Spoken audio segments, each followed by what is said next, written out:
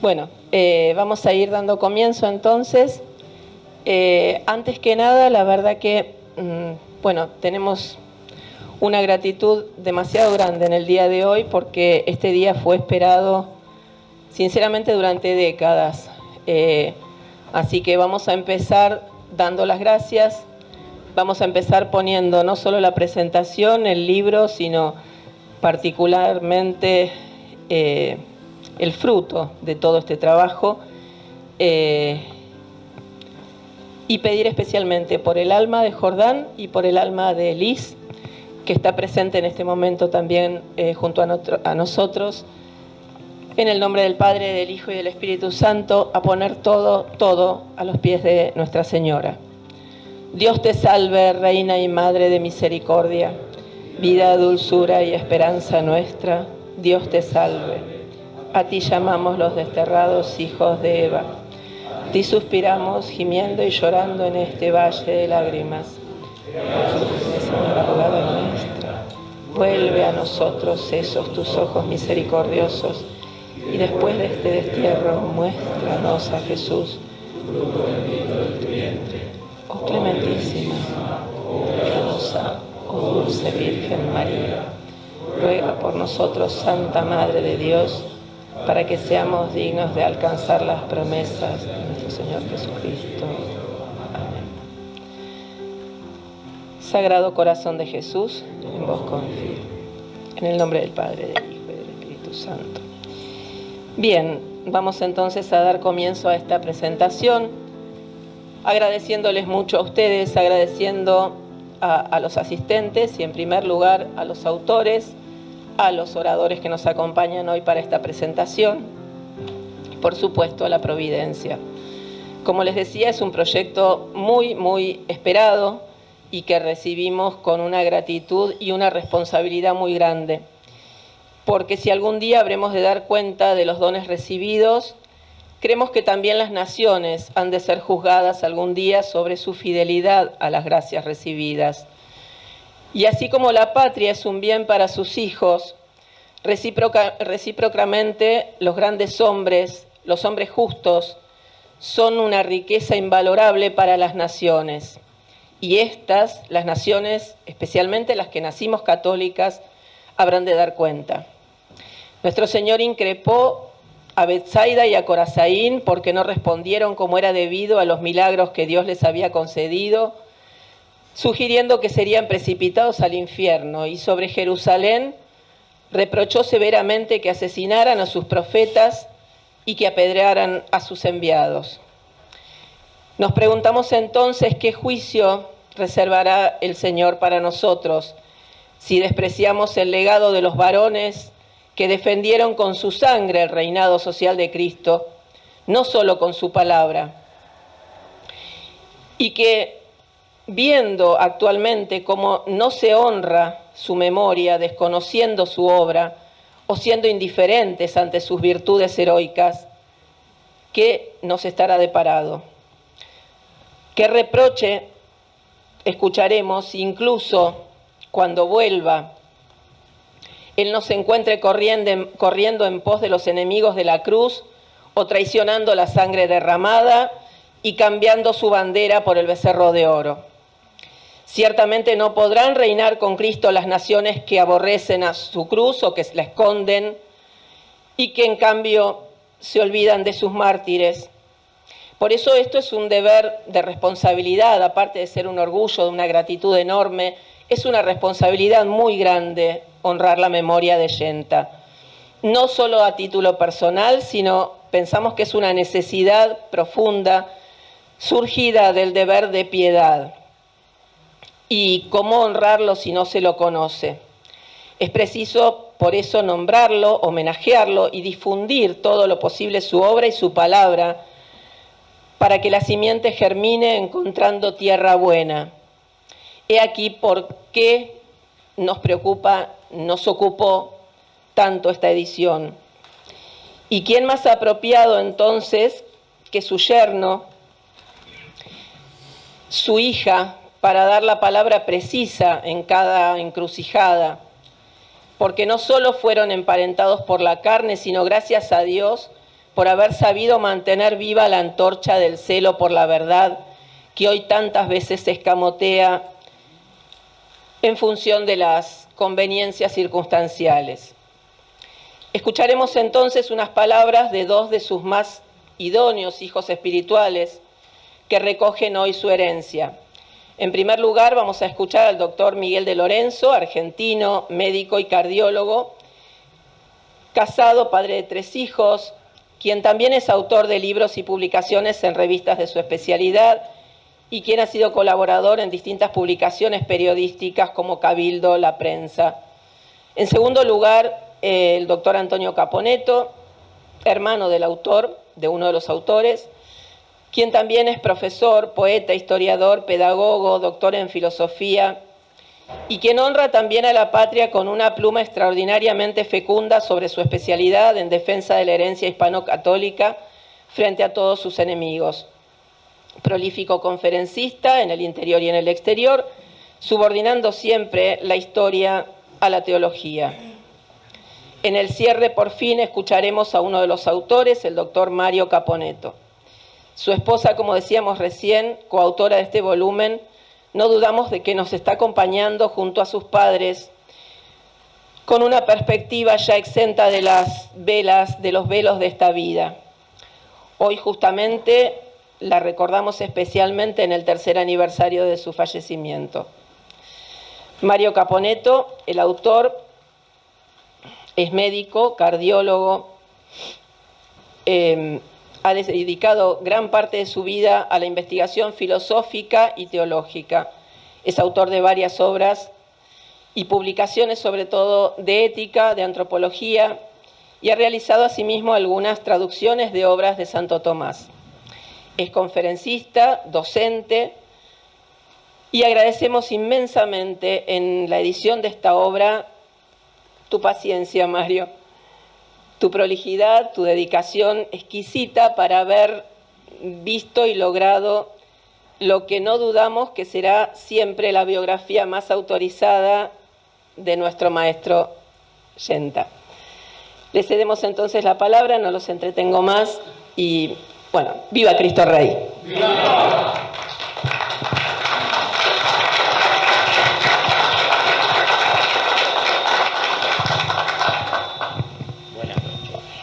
Más de un sentido, me parece conmovedor participar en la presentación de la biografía de nuestro querido maestro Genta. La noticia de su muerte hace casi 50 años significó para tantos de nosotros un golpe brutal. Recuerdo la conmoción desoladora en la que nos encontrábamos. No podíamos siquiera imaginar el futuro. El país se desangraba en pedazos incandescentes, nada quedaba fuera de la guerra civil terrorista. Y de pronto, y además, y por sobre todo, ahora nos faltaba Genta. Debo decir, en primer lugar, que nada me califica para hablar esta noche de Genta. Tal vez sí la posibilidad de agradecer a Dios el privilegio impar de haberlo conocido a los 16 años, de haber crecido en cierto modo a la sombra de un hombre con una fe poderosa y viril, maestros de tantos como yo, a los que enseñaba con caridad mayor el amor a Dios y el amor a la patria. Esa fervorosa gratitud es la que en parte me justifica. De todos modos, quiero declarar que la responsabilidad de esta invitación corresponde a la audacia, a la gentil audacia de mi amigo Mario Caponetto. Mis propios ojos no me bastan. Necesito mirar a través de los ojos de los otros. Nos pareció que no era inoportuno empezar con estas líneas de Lewis, porque en cierto modo expresan la importancia que tiene para el hombre la tradición y la cultura. Nos referimos a aquel empeño constante a través de la historia para entender el mundo y al hombre, naturalmente. Y es además, y por sobre todo, lo que añade al hombre la forma espiritual de una sociedad, la que relaciona al hombre con Dios. Pero veamos cómo completa el escritor inglés. Aquel que se contenta solo con ser él mismo y por lo tanto menos que sí mismo, está en prisión. Genta dice: Nuestra inteligencia nada nos dice ni puede decirnos librada a sí misma. Lo mismo expresa Piper cuando sostiene: no hay ninguna gran filosofía que no viva de escuchar y aceptar una tradición religiosa. Donde quiera que se interrumpe esa referencia, el pensamiento filosófico aridece y se convierte en un mero juego de conceptos. Si aceptamos esto, que el hombre no se desarrolla únicamente por sus fuerzas, y para no encerrarnos, para ayudarnos a salir de la prisión de la que habla Lewis, o mucho mejor, para no entrar, hoy nos convoca a la presentación del libro El filósofo y la ciudad, una biografía de Jordán Yenta. No podemos ocultar que son dos hechos afortunados. En primer lugar, nos ilumina el reencuentro con la fidelidad a la verdad de nuestro maestro, porque Yenta se abre al logos y lo pone en diálogo con el cristianismo.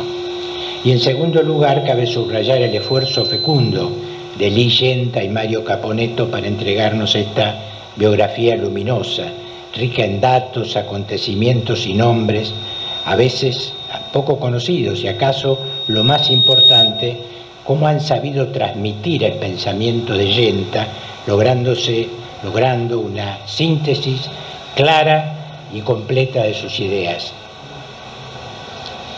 Habrá quien se pregunte desde ahora, ¿pero por qué Yenta?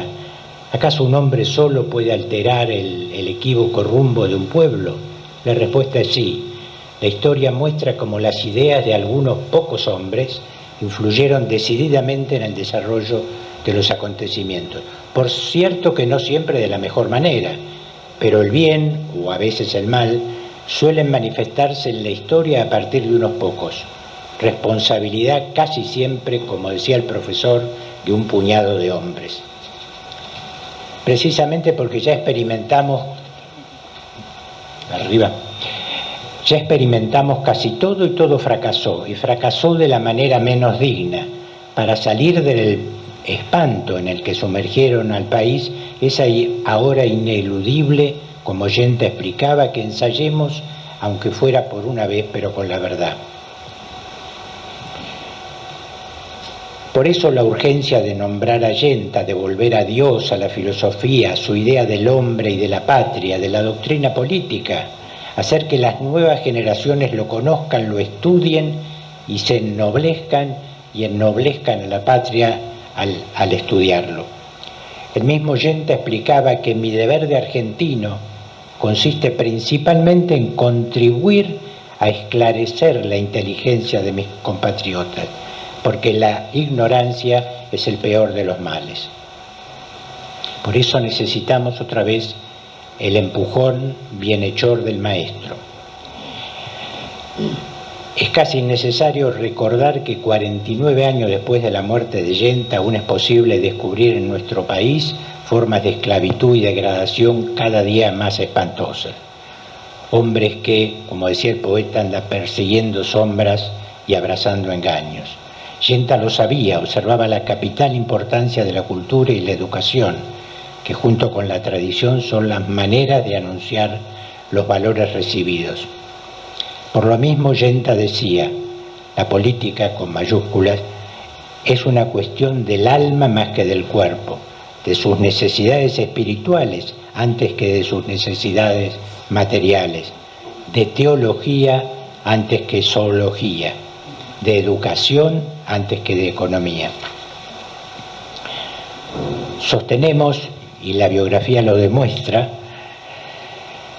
la pasión por enseñar la verdad, por la pasión por enseñar la verdad, resignó cargos, títulos, honores.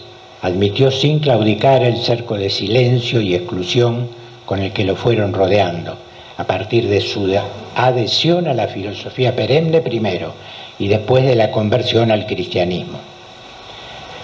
En los primeros capítulos del libro encontramos con detalle una biografía más que interesante de los primeros años de su vida.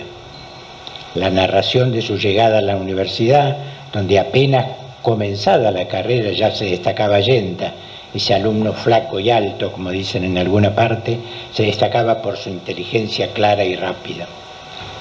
En las páginas del libro se van acumulando un montón de detalles más que interesantes, páginas escritas con soltura y buen estilo, de modo que uno los va descubriendo estos detalles sin fatiga y con agrado. De repente llega la tuberculosis, que da un giro a la vida del joven estudiante. Acompañado por Lidia Adosada, otra joven compañera de estudios, la mujer que amaba, que amó siempre, deciden contra viento y marea ir a Córdoba en busca de recuperación. En esa época no había otros tratamientos conocidos para la tuberculosis. Pero en las sierras se producen una serie de encuentros casuales, o no tanto, con gente de la que no se separaría más y que muchos de ellos serían determinantes en su camino hacia la fe. Están sus nombres, muchos los conocíamos porque el profe frecuentemente los nombraba y están en la biografía. Es imposible no tener presente por todo esto que Cristo sale al encuentro del hombre de cualquier época con aquellas palabras: conoceréis la verdad y la verdad os hará libres. De esto se deduce la exigencia de una relación virtuosa con la verdad como base de una auténtica libertad. Por eso nadie debería sorprenderse si ya 30 años de su muerte el profesor resaltaba la trascendencia del tema. Hablaba: la educación estructurada sobre los valores utilitarios, desvinculada de la formación ética del ciudadano, con el desprecio de la cruz y el menosprecio de la espada, con su odio a los hombres que la ciñen, necesita ser reintegrada a su verdadera función específica, la de formar al hombre en el conocimiento de la verdad y en su vida de la justicia, es decir, en el servicio de Dios y de la patria. Pero lo cierto es que la verdad casi en cualquier circunstancia molesta y bastante. Por eso, en este momento, manipularon el lenguaje para que no dijera nada, para que fuera incapaz de nombrar lo esencial. Nos dejaron la palabra ruidosamente devaluada en este tiempo. Un tiempo que llama diluvio a una llovizna o héroe a un jugador de fútbol. Esta grandilocuencia vana y trucha ha favorecido, en no menor medida, el desencanto de lo que la gente escucha o lee casi sin comprender, como si en adelante el lenguaje bastardeado fuese incapaz de nombrar lo grande y noble y eterno. Nos preguntamos cómo es posible que nuestra patria, que parió a Chaqueria, a Membiel, a Aragón, a Escurra y tantísimos más, florecida en héroes desde Pringles a Giaquino, desde el perro Cisnero al sordo Torne y a Poltronieri, se encuentre ahora delante del abismo sin que descubramos la manera de reconstruir la patria como patria. Pero cuidado, el recuerdo de estos grandes está lejos de ser una evocación nostálgica. Es siempre y definitivamente un llamado a la acción. Y ese es también el sentido de la palabra homenaje. Lejos de ser una melancólica evocación, es ante todo compromiso y responsabilidad. Bien sabemos que el profesor aborrecía la masa y la masificación del pueblo. La masa es una gran bestia, decía el profe, que es movida por la violencia o paralizada por el terror. Los argentinos hemos comprobado bien esto, la exactitud de este pensamiento. Por otra parte, no dejaría de ser equívoco, como escuchamos todo el tiempo y desde sitios insospechados, pretender justificar todo en función de lo social. Lo social dado como criterio final de bondad, ya que el bien es común en cuanto es bueno y no bueno en tanto es común. La raíz de las cuestiones políticas y sociales está en el alma antes que en las circunstancias, decía Allende. Es en la tensión de las partes constitutivas del alma individual donde se juega realmente el destino de la República. Todos conocemos las múltiples ocasiones donde los filósofos y los poetas fueron los primeros en dar la señal de alarma de lo que sucedería. Siglos antes de Cristo lo había señalado un hombre, uno tan sabio como Horacio, el poeta metafísico, Él pudo darse cuenta de lo que llegaba a pesar de encontrarse en esplendor el Imperio Romano, a pesar del bienestar material, porque fue precisamente en plena gloria imperial, mientras Roma festejaba, que Horacio fue capaz de escribir. Épocas fecundas de culpa contaminaron primero el matrimonio y la estirpe y los hogares. El desastre originado en estas fuentes se derramó sobre la patria y el pueblo. Mientras tanto, no hemos dado respuesta al gran tema de por qué de la decadencia de la nación. Insistimos en adjudicar la decadencia a un azaroso destino adverso. De ese modo nunca conseguiremos poner en claro las causas últimas de la caída. Nunca comprenderemos que tal vez el enemigo de la nación, y acaso el más poderoso, debamos rastrearlo dentro y no delante de nosotros. No otra cosa de la que enseñaba nuestro maestro todo el tiempo, exhortando a lo esencial. Se trata, decía, de ser mejores hombres y mujeres, no tener más, no, sino ser mejores. El ser humano, según Pascal, se haya colocado como un destello entre dos infinitos. Ambos lo deslumbran con la intensidad fulgurante de un sol. Es por esto que el hombre tiene dos alternativas, o la de poder existir por encima o por debajo de sí mismo. Pero volviendo al libro, es preciso señalar que estamos delante de un trabajo de años, aunque lo culminante es observar cómo a través de las páginas se va desplegando como una suerte de dilatado hilo de oro el camino que condujo a Allenta en su obstinada búsqueda de la verdad, desde aquel temprano marxismo universitario hasta el encuentro decisivo con la filosofía perenne, primero y luego con la fe. Restablecido de la tuberculosis, unos años más tarde, sin más tratamiento que lilia y el aire, comienza otra etapa muy importante de su vida en Paraná. Llega un momento de plena aceptación de Cristo, que lo lleva primero al bautismo y después al casamiento por la Iglesia. El profesor, en el reposo serrano, mientras tanto, había agudamente estudiado la sabiduría clásica, había estudiado a Sócrates, a Platón, a Aristóteles. Lo sorprende, mejor dicho, lo deslumbra San Agustín, y será ese otro amor que no abandonará. Él lo llama el orador de Dios. Luego, en contacto con el revisionismo histórico y los primeros acercamientos con las Fuerzas Armadas. Esto es una supersíntesis del libro para poder seguir adelante. Luego viene la expulsión del rectorado, que estaba designado en el rectorado de la Universidad Nacional del Litoral. Llega a Buenos Aires y ocupa el cargo de rector en el Instituto Nacional del Profesorado, del que también es expulsado en medio de una batahola descomunal alentada por Perón. Pero nada lo detiene. Entonces vendrá la creación, con un grupo de amigos, de la Universidad Libre Argentina, y finalmente el traslado a su casa, que será su cátedra durante 27 años. Van apareciendo los libros del profesor que se comentan con detalle en la biografía, de los que no podemos ocuparnos ahora y de los que no podríamos agregar una letra a la exhaustiva crítica de los autores. Debemos decir que no pocas de las referencias de la biografía fueron tomadas del periódico Combate, que durante años fue una de las referencias más altas del nacionalismo católico. Ahí debemos nombrar el apoyo siempre presente del querido amigo el doctor Alberto Torre. ¿Logran su propósito los autores? Por cierto que sí. No es difícil advertir las horas de silencioso fervor, así como el mérito filosófico de quienes lo prepararon, haciendo realidad un libro de jerarquía no común.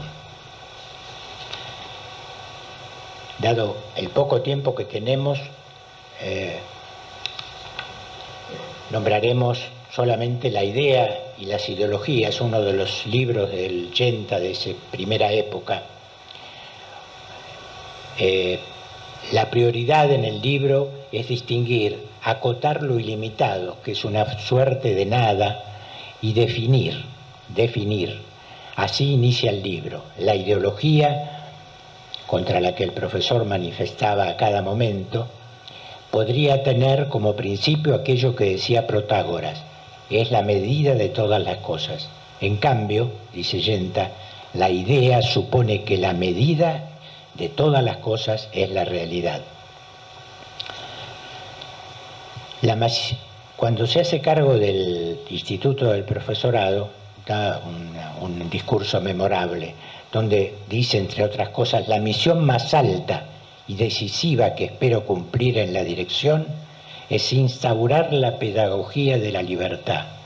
Y aclaraba: de la verdadera y difícil libertad de la inteligencia, conformada en la intimidad del ser y de la norma inmutable, principio necesario de una política de libertad verdadera.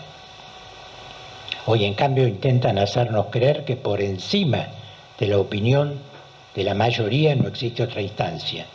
Esto es, de lo manipulable y transitorio, del consenso de unos cuantos, es de donde sale la verdad. Nos estremece pensar que no solo desde la política viene esta corriente. Noticias de estos días dan cuenta de que en el Vaticano la sinodalidad domina la misma ideología. A propósito de coincidencias, y como no podía ser de otro modo, entre Ratzinger y Yenta, sabemos, por ejemplo, que ambos en algún momento y por diversas razones fueron acusados de agustinismo y también de platonismo. Ambas acusaciones son felizmente ciertas. Yenta no titubeaba al decir que Sócrates fue el más sabio y el más justo de los hombres, porque alcanzó el más profundo conocimiento de sí mismo y una perfecta adecuación con su conducta. De Agustín, lo dijimos recién, dice que es el filósofo del verbo, el orador de Dios. Y Ratzinger también fue acusado por Casper de tener una beta platónica exagerada.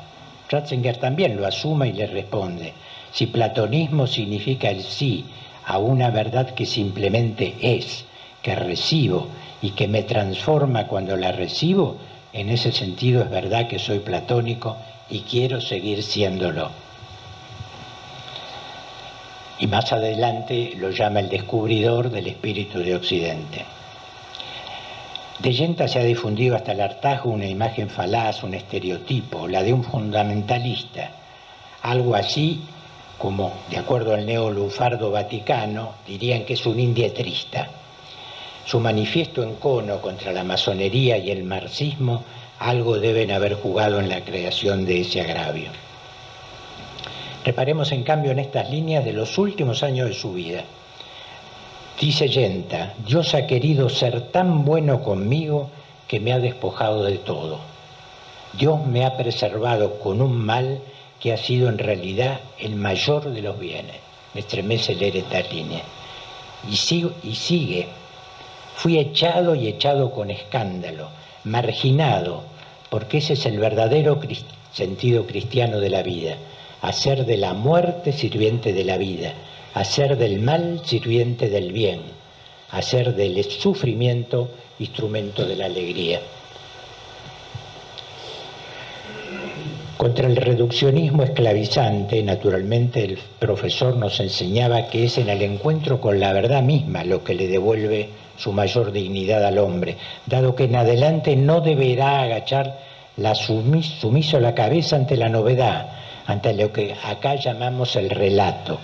Es en el encuentro con la verdad donde está el ancla, la firmeza de la roca que lo hará un hombre libre, es decir, libremente cautivo al designio de Dios. Al pasar los años, casi sin darnos cuenta y vencer a la gentileza de él y de su mujer Lilia, fuimos con Margarita, mi mujer, incorporándonos en cierta manera en la intimidad de sus vidas. Los martes compartíamos también con el doctor Silvio Pestalardo, un magnífico discípulo del profesor y gran amigo, las charlas de Yenta, las clases de Yenta en el Alberto Magno. De ese hombre, y ahí conocimos a un hombre algo distinto, un hombre y una mujer hablo de Yenta y su mujer, cruzados por injusticias y dolores muy altos, arduos y aceptados con una esperanza recia, porque confiados veían en ellos el designio de Dios. Allí en Céspedes, en su casa cátedra, Lilia Lozada nos hizo cómplices de su pasión por la poesía francesa, agradecidos cómplices de esas lecturas donde no faltaban los llamados poetas malditos.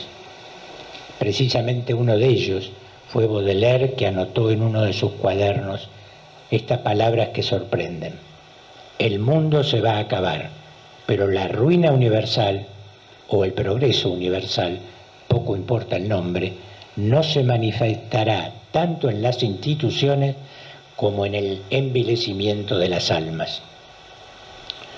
Aunque, como vimos, la gran cuestión de la soledad y el sufrimiento del justo, como dijimos recién, es antigua, dado que era el viejo Platón que recordaba: en este mundo el verdaderamente justo tiene que ser un desconocido y un perseguido.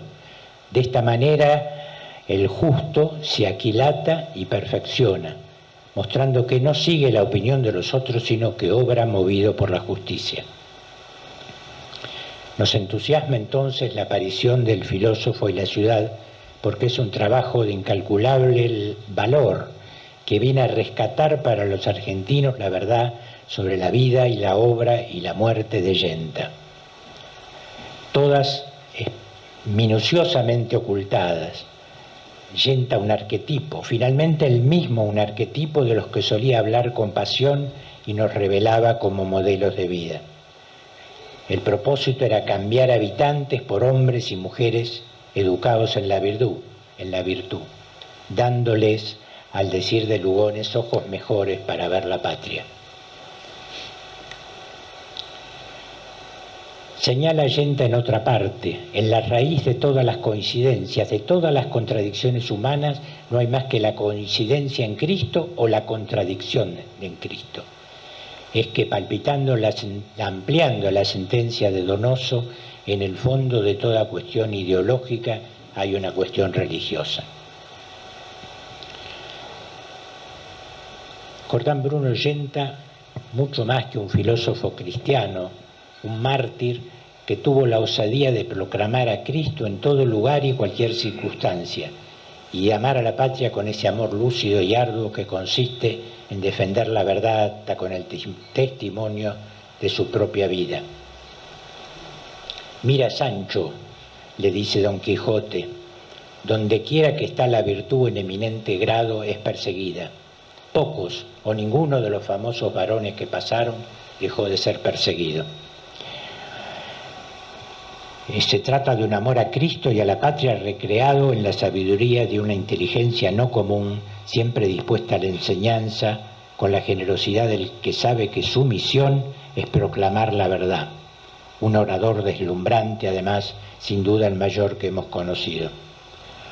Los que sin mérito alguno de nuestra parte respiramos durante años aquel aire vertical y estremecido de su casa, que era su cátedra, sus discípulos y amigos, los que conocimos su pensamiento de absoluta fidelidad a Cristo y a la patria, y advertimos la completa coherencia entre su pensamiento y su vida, los que comprobamos el aislamiento, la campaña de desprestigio, la pobreza y el silencio con los que lo rodearon, y que aceptó todo esto con la integridad de un príncipe cristiano, y que nunca ni un solo día le quitó el cuerpo ni a Cristo ni a la patria, ni a la familia ni a sus amigos. Los que conocemos las permanentes amenazas que culminaron con esos 11 metales contra su cuerpo, no vacilamos en considerarlo un mártir. Yenta está con Jesús. Castellani, en el libro de las oraciones, habla de su calvario en Manresa. ¿No sería injusto ver también en esa imagen poética el retrato de Yenta, en tantos aspectos semejantes al del cura Castellani, y a la de ese otro argentino inmenso, filósofo cristiano, profesor, patricio y también mártir, Carlos Alberto Saccheri, caído unas pocas semanas después? Escribe Castellani: Así boga mi alma mal dormida sobre una eterna soledad salada. Solo un oscuro instinto la encamina, un increíble esfuerzo la sostiene, un fuego la alimenta y determina, el aire la mantiene hacia el bajel azul del rey que viene. El otro testimonio del martirio de Yenta, además de por su vida, está dado por su muerte. Yenta cae sobre el pavimento alcanzado por aquellos 11 pedazos de metal. Apenas horas antes habíamos escuchado la que sería su última conferencia. Esa noche conocimos un Yenta encendido por un fuego interior que acrecentaba el ritmo y la riqueza del lenguaje. Parecía movido por una emoción arrebatadora. Cada palabra llegaba desde la intimidad de su alma. En cada palabra resplandecía el ímpetu amoroso que lo unían a Cristo y a la patria. Una conferencia que llegaba al corazón de los hombres comunes y podía transformarlos en verdaderos héroes. No fueron pocas las ocasiones en que el profesor se refería en los términos más elevados a la muerte de Sócrates. Ese hombre, decía Yenta, viendo a su ciudad decadente, se puso a ilustrar a sus ciudadanos, a llamarlos al encuentro con la verdad, a enseñarles el sentido de la vida del hombre como servicio a la verdad. Por esa causa fue condenado a morir. Caído Yenta, hace algo más de 49 años, la lectura de la condena a muerte de Sócrates y la serena aceptación del mismo nunca dejaron de perturbarme. El profesor lo relataba con la naturalidad del que da preferencia diaria a la fe y a la verdad por encima de cualquier conveniencia personal. Quitar a Dios de la vida de los hombres es, lamentablemente, ahí están los hechos, meternos a cohabitar con la barbarie, aceptar la disolución de la familia, reclamar la muerte de enfermos, ancianos, discapacitados, exigir el aborto en nombre de las conquistas sociales y proclamar la llegada de la Agenda 2030. Otra vez la luz y las tinieblas enfrentadas, como nunca en la historia. Cervantes escribió, con esto terminamos, que Lepanto era la más alta ocasión que vieron los siglos, pasados, presentes y venideros. Creemos que es así. Pero no obstante la derrota de los otomanos después de 5 siglos, el mundo se asemeja a un territorio desolado e inhóspito. Es que quien promete un mundo perfecto o feliz, poco importa el nombre, que duraría para siempre, no deja de ser un falsario, porque la libertad humana no solo existe, sino que es absolutamente frágil y debe ser conquistada para el bien una y otra vez. A propósito de Cervantes, revisando los documentos de la época, Thomas Walsh sostiene en su libro sobre Felipe II que los 81.000 soldados y marineros de la escuadra cristiana, todos recibieron la Santa Comunión. Esto sucedió durante 3 días completos antes de ir a la batalla. Es razonable pensar que el ejercicio de esa fe salvó a Occidente. No otra cosa era lo que enseñaba Yenta, el buen combate por Cristo y por la patria. La victoria importa menos. Tal vez en eso consista lo que nos falta para merecer nosotros, como en Lepanto y sobre toda la patria argentina, un atisbo, aunque sea, de la mirada azul de María.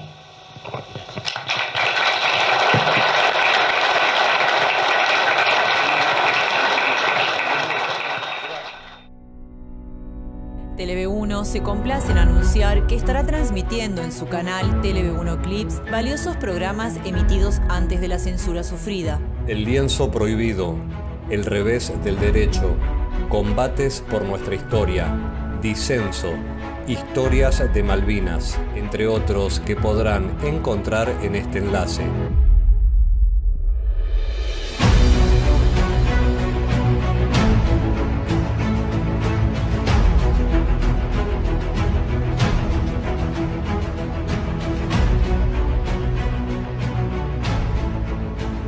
agradecemos su aprovechamiento y difusión. Bienvenidos a CEPA, Centro de Estudios del Pensamiento Americano. Nuevo sitio web de cursos de formación en política, filosofía, historia, literatura, geopolítica, religión, psicología y más. Cursos de formación que reflejan el verdadero pensamiento americano. Lo invitamos a elegir el curso de su agrado ingresando en www.cepa.la.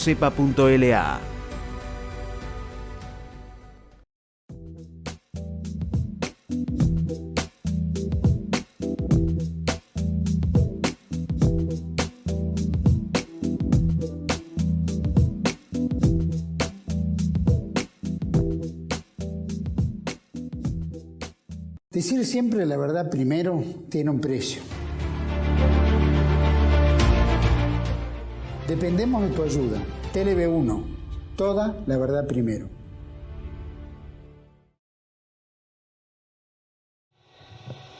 Debo aclarar una duda para calmar ciertas inquietudes, sobre todo la de nuestros enemigos. Y es que no estoy tan mal de salud para que solo se me permita hablar flanqueado por dos eminentes cardiólogos. Simplemente hemos querido diferenciarnos tanto de los mitines radicales que para no pedir un médico por allí hemos traído dos médicos aquí.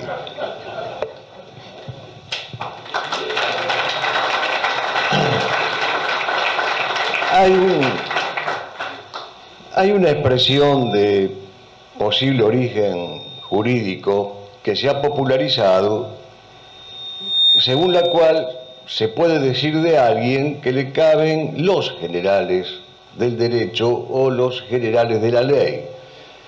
Es decir, los principios generales, los fundamentos de una medida que él mismo ha redactado o promulgado.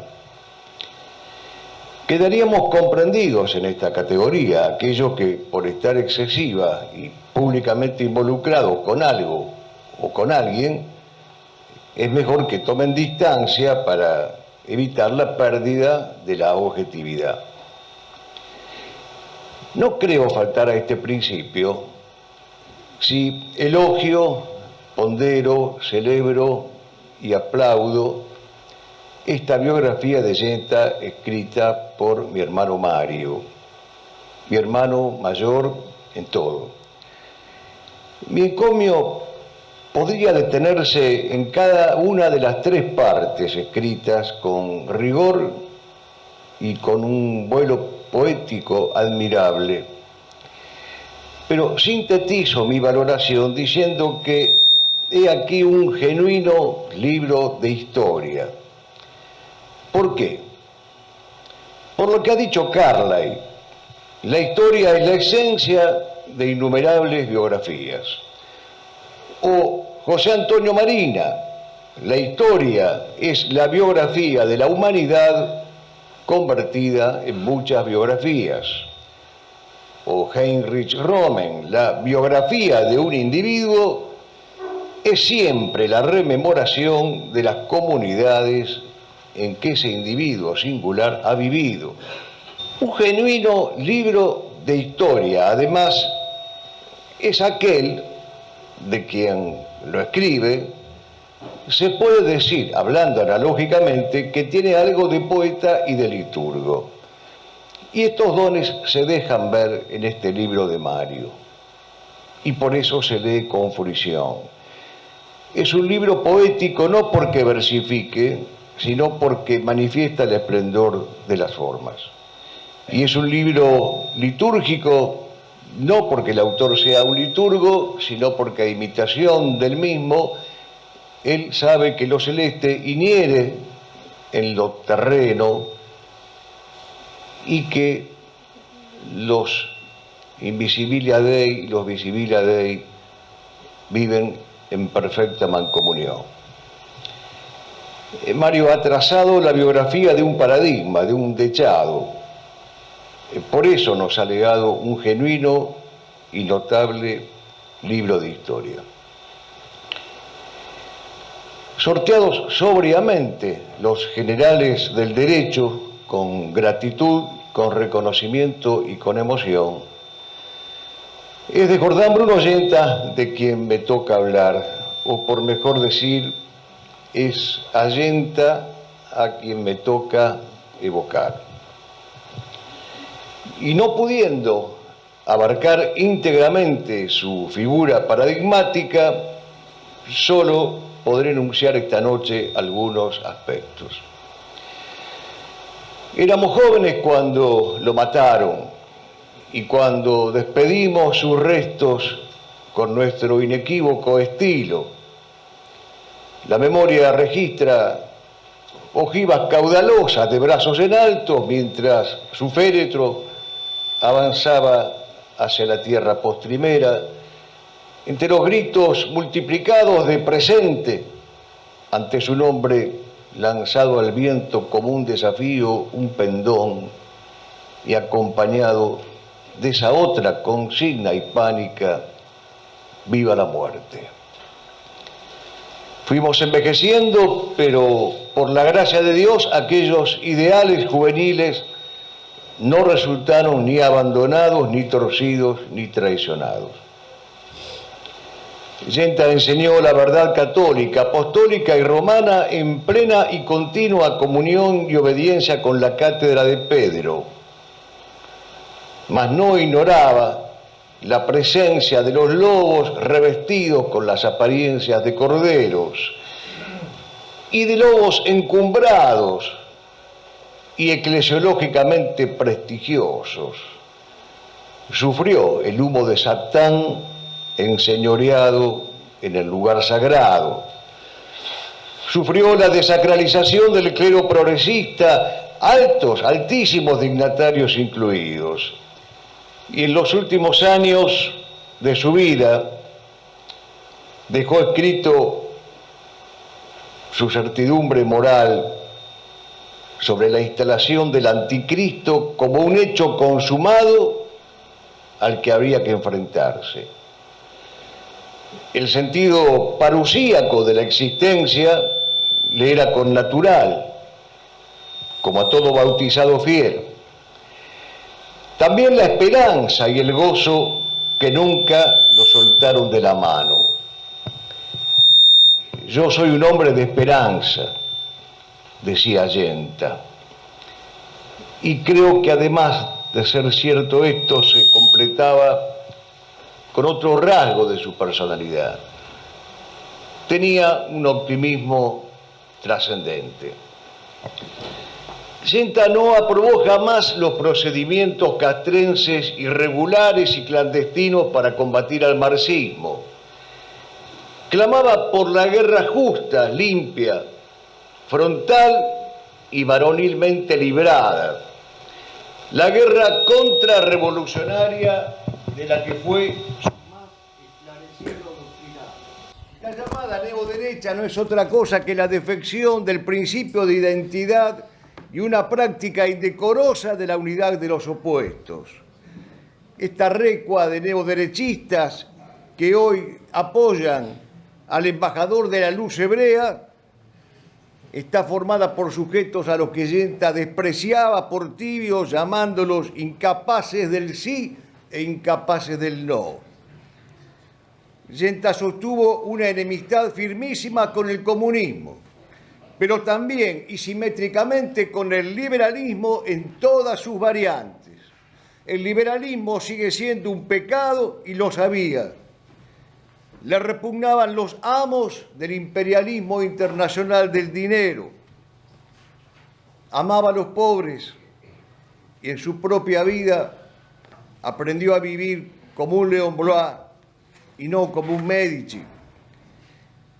No fue democrático y repudió desde perspectivas múltiples y convergentes la impostura del sufragio universal y el negocio inmoral de la partidocracia. Admiraba a los grandes monarcas santos, a los varones jerárquicos e instauradores de gobiernos fuertes, a los jefes aristocráticos, a los caudillos de la patria y de Occidente, y hasta respetaba cristianamente a los grandes conductores nacionales europeos aplastados por la conjura judaica de 1945. Se le conocen elogios a Benito Mussolini, a Francisco Franco, a Oliveira Salazar, a José Antonio Primo de Rivera, a los zares de la antigua Rusia, a Monseñor Tiso, a León de Grel y hasta el ejército alemán de carne y hueso, al que le tocó batirse heroicamente contra el bolchevismo, más allá de los errores ideológicos que se le puedan adjudicar al nacionalsocialismo. Jamás fundó un partido político ni aconsejó formarlo o integrarlo o cooperar directa o indirecta, material o formalmente con él. Jamás creyó en la coyunda con liberales y populistas, ni en la acción conjunta con quienes no existe previamente la unidad en el ser. Repetía con Santa Teresa: es preferible la verdad en soledad al error en compañía. Y con Aristóteles: en toda juntura entre lo malo y lo bueno sufre lo bueno. No misturó los contrarios, así como evitaba mezclar el agua con el vino. Repetía con Saint-Exupéry: amo el agua pura porque es fresca, y amo el vino puro porque es fresco, pero hago de la mezcla un brebaje para castrados. Como en la arenga de Enrique V en víspera de San Crispín, él podía tener el presentimiento, la intuición y el pálpito de que su nombre sería recordado entre vasos rebosantes. Senta se atrevió a decir lo que otros callaban y aún callan: que hay una culpabilidad judeo-masónica tras el drama de la patria, tras la derrota de la civilización cristiana y tras el estrépito que sacude a la esposa del Señor. Ni el pulso ni la voz tremaron en su cuerpo cada vez que fue necesario opugnar con la sinagoga de Satanás. Denunciaba con agallas al imperialismo internacional del dinero y con mirada sobrenatural y serena alertaba sobre la acción y la presencia del anticristo. Si ya estaba entre nosotros, decía Allenta, nosotros debemos constituirnos en el pequeño rebaño sostenidos en la caridad recíproca. Señaló la naturaleza crapulosa del peronismo y una por una marcó a fuego las canalladas múltiples de Perón, artífice de la subversión, conestador de sus primeros crímenes y propugnador hasta el final de su vida del mundialismo masónico, previo paso por el continentalismo y el socialismo nacional, como lo hemos escuchado todos hasta el hartazgo, al menos todos aquellos que tienen mi edad. El mito de la expulsión de la Plaza de Mayo de los montoneros no pasó por su bajín. Perón murió carteándose cortésmente con Mao, Castro, Dorticós, Allende, elogiando a la Unión Soviética, a cuya juventud maravillosa recibió públicamente y la llenó de encomios y de elogios. Extraño caso, el de unos echados que rinden honores al echador y le prometen proseguir la lucha y que lo saludan con el puño cerrado ante su féretro. Extraño caso el de unos réprobos que ocuparon el poder durante décadas y no pierden ocasión para fomentar su culto. Ahora bien, quien deduzca de tamaña posición gentiana lo que se da en llamar popularmente entre nosotros gorilismo, o es un insensato o es un perverso.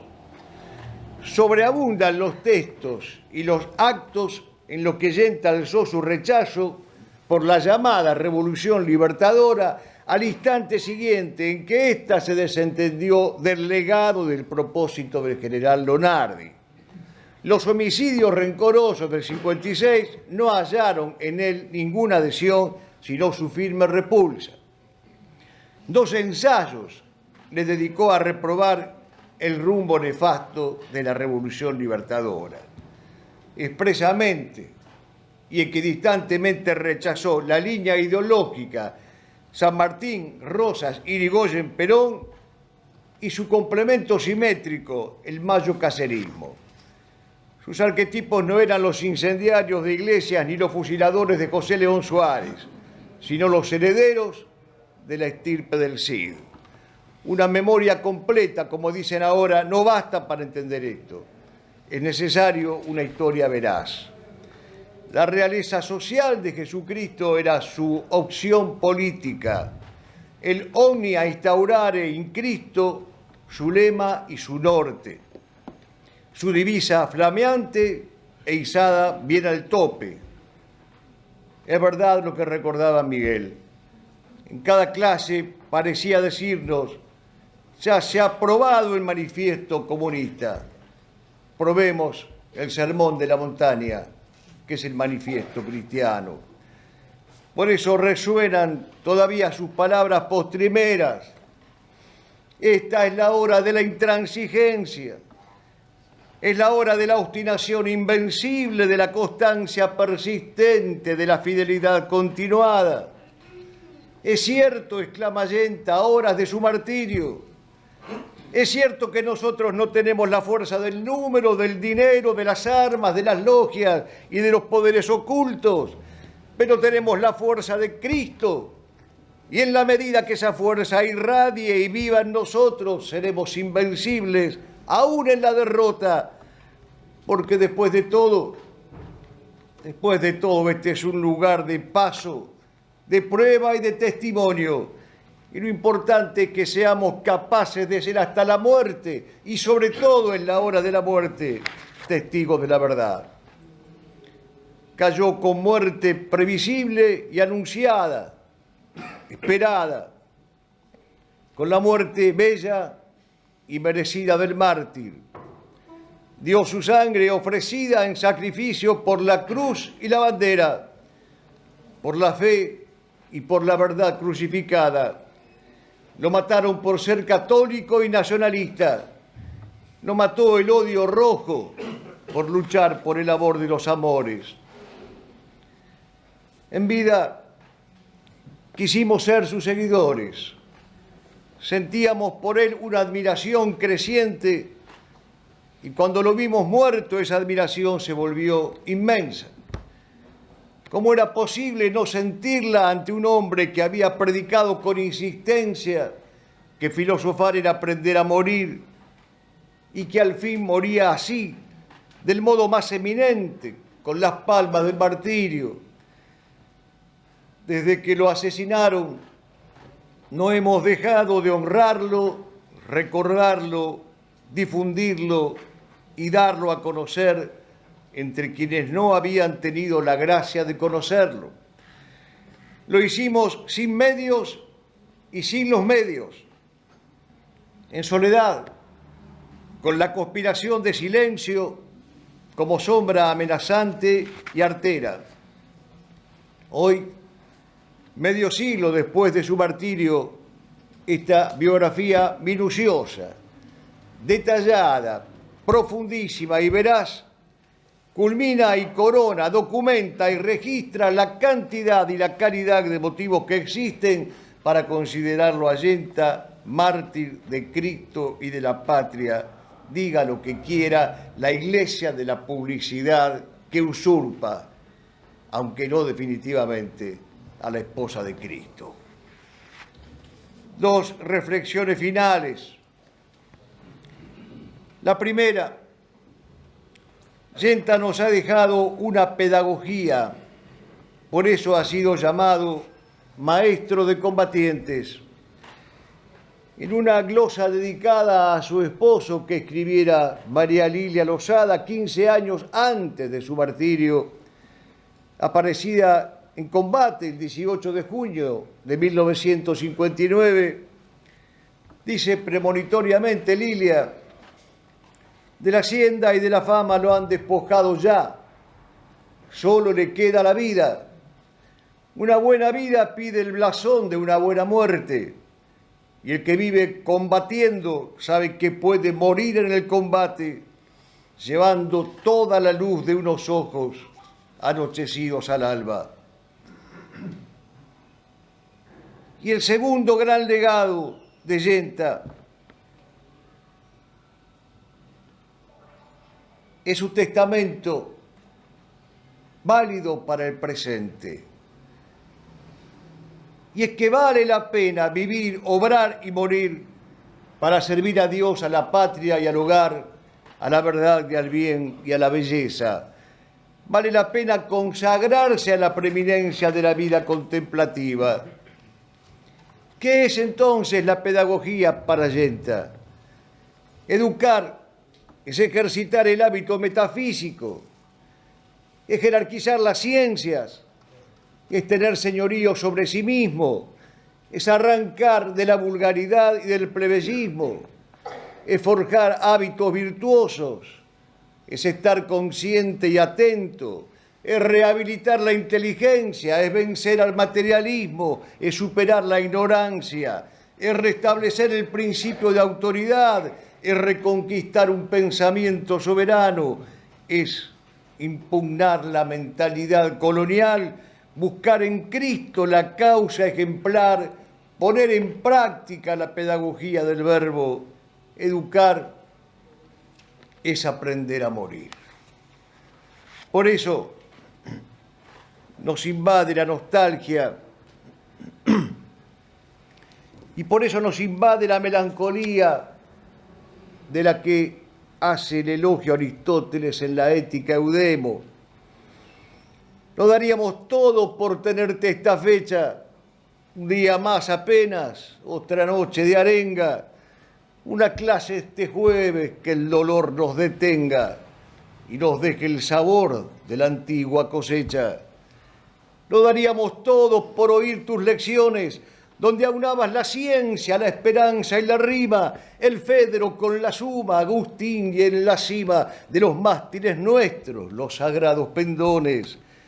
Lo daríamos todo por volver a tu casa y encontrarte velando nuestra patria doliente, en la voz una lanza o un crepitar paciente, de leño achado a luz como celeste brasa. Lo daríamos todo por saberte testigo, deambulando en el llano con guapesa paisana, hidalgo de una estirpe romano-castellana, que signó tu ventura, la molienda del trigo. Lo daríamos todo por soñar de tu mano el retorno de Arturo, la victoria del Cid, la gloria de Occidente cuando fue su adalid, un varón hecho estampa de príncipe cristiano. Lo daríamos todo por preguntarte ahora, que ya sabes los nombres perennes y esenciales, cómo son esos montes que brotan manantiales, con qué letras se escribe la gloria de la aurora. Lo daríamos todo por beber en tu mesa, en cuya cabecera estaban convidados los vencidos del mundo, los grandes derrotados, el eslovaco Tiso, la avileña Teresa, el que peleó en Lepanto, el sabio de esta gira, los heraldos del Facio, los camisas azules, don Juan Manuel de Rosas con su poncho de gules, el fraile que se asombra y el niño que se admira. Lo daríamos todo por traerte este lúgubre intervalo de pestes, de impensadas angustias, para que nos arranques de las míseras mustias. Lo daríamos todo por traerte este octubre. Lo daríamos todo y sin embargo siento que siempre te regresas porque nunca te has ido. La sangre sabe a puerto del que nunca ha partido y el velamen del mártir es un eterno viento. Decíamos que dejábamos para el final dos reflexiones. La primera, su condición de maestro de combatiente ya está trazada. La segunda, su testamento, cómo sintetizarlo.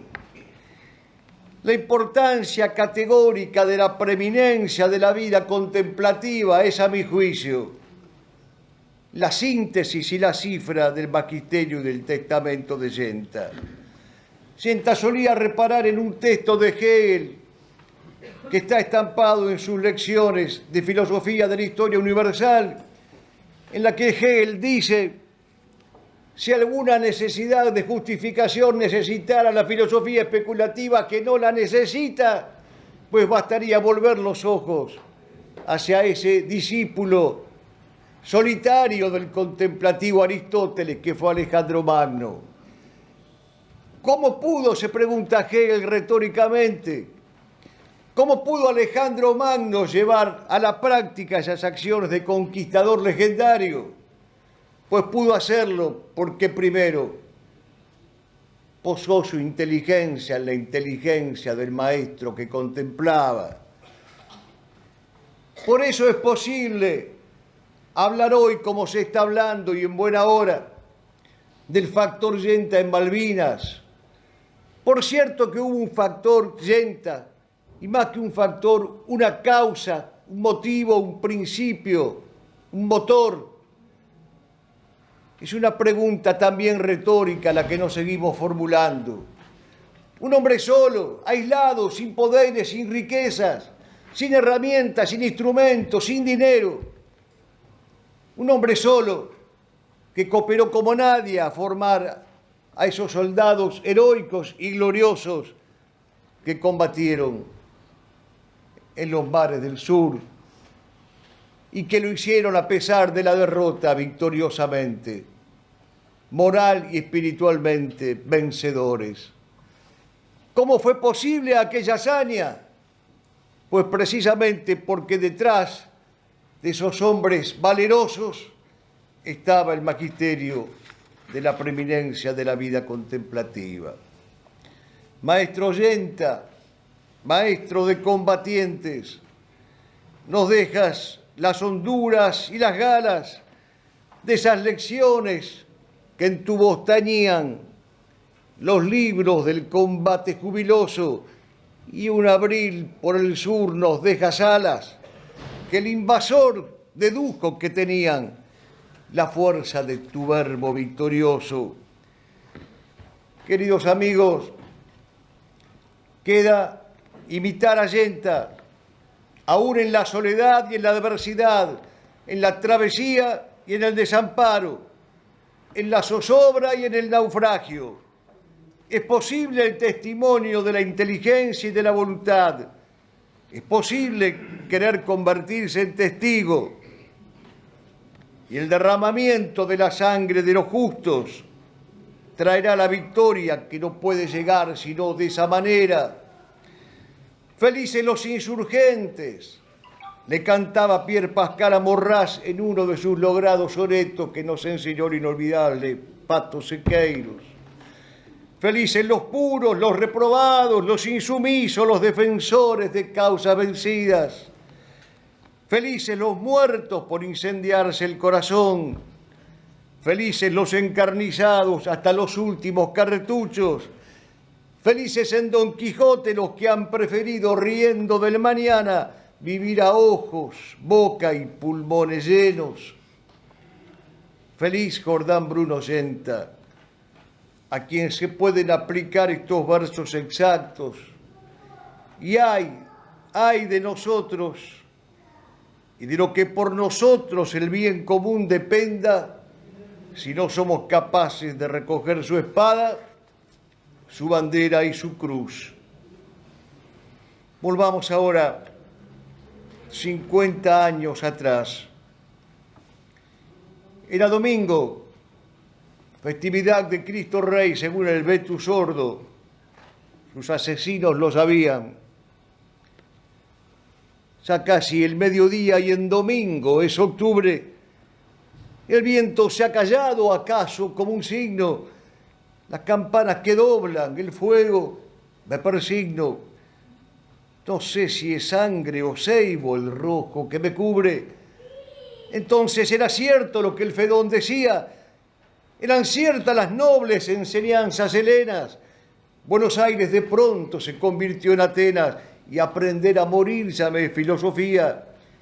La calle me amortaja como a una rama trunca, desprendida de estiajes al filo de una daga. Mi propia voz escucha, vertical se propaga, convertida en un eco que no se acalla nunca. Pero pero aún siento las manos y con el alma vibro por esta patria rota, por esta iglesia en llamas, por los cuarteles solos, marchitos de oriflamas, por el claustro ultrajado, sin cátedra ni libro. Estos 11 trayazos son víctimas del odio, de rencores oscuros, de abisales inquinas. Se llevan la materia como el mar las neblinas, no fusilan los pliegos de mi ángel custodio. Deje dicho que es libre el que de Dios es siervo, el que elige el poema a bursátiles prosas, que quiero a la Argentina de Juan Manuel de Rosas y al que hace de su vida imitación del verbo. Que sabio es quien conoce más jerárquicamente que prefiero al mercado la lumbre de los ágoras, al maestro que vence el ardid de Protágoras y de existencias busco la peligrosamente. Dejé dicho asimismo la noche postrimera, la noche de apremiantes y urgidos anticipos, que pidamos la gloria de emular arquetipos y 21 cañonazos honrando a la bandera. Señor, mi testamento, la pobreza que muestro, la esperanza indeleble, la sed de los testigos, no me prives tu vista de nuestros enemigos. Es hora de misa. Líbranos, Señor, Dios nuestro. Jordán Bruno Yenta, mártir de Cristo Rey. Jordán Bruno Yenta, maestro de la verdad. Jordán Bruno Yenta, católico y nacionalista. Jordán Bruno Yenta, presente. ¡Viva Cristo Rey! ¡Viva! ¡Viva la patria! ¡Viva!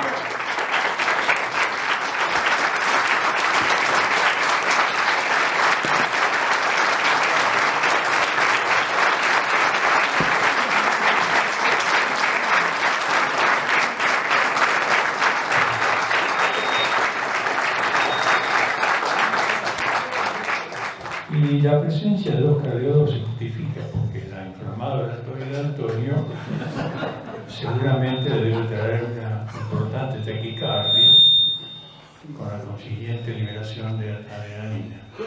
Pero la soporta bien por ahora. Bueno, yo no tengo más que palabras de profundo agradecimiento a muchísima gente. No nombro a nadie porque tengo miedo de que algunos queden en el olvido. Esta obra, como se dijo, tuvo una larga gestación. La iniciamos con Liz, mi esposa, hará casi, yo diría, 7 o 8 años. Se vio interrumpida por una serie de problemas, en fin. Quiero destacar que la participación de Liz en este libro va mucho más allá de las escasas páginas que dejó escrita porque la enfermedad y la muerte se le impidieron. Largas horas, aún estando enferma, pasadas revisando papeles, clasificando, escribiendo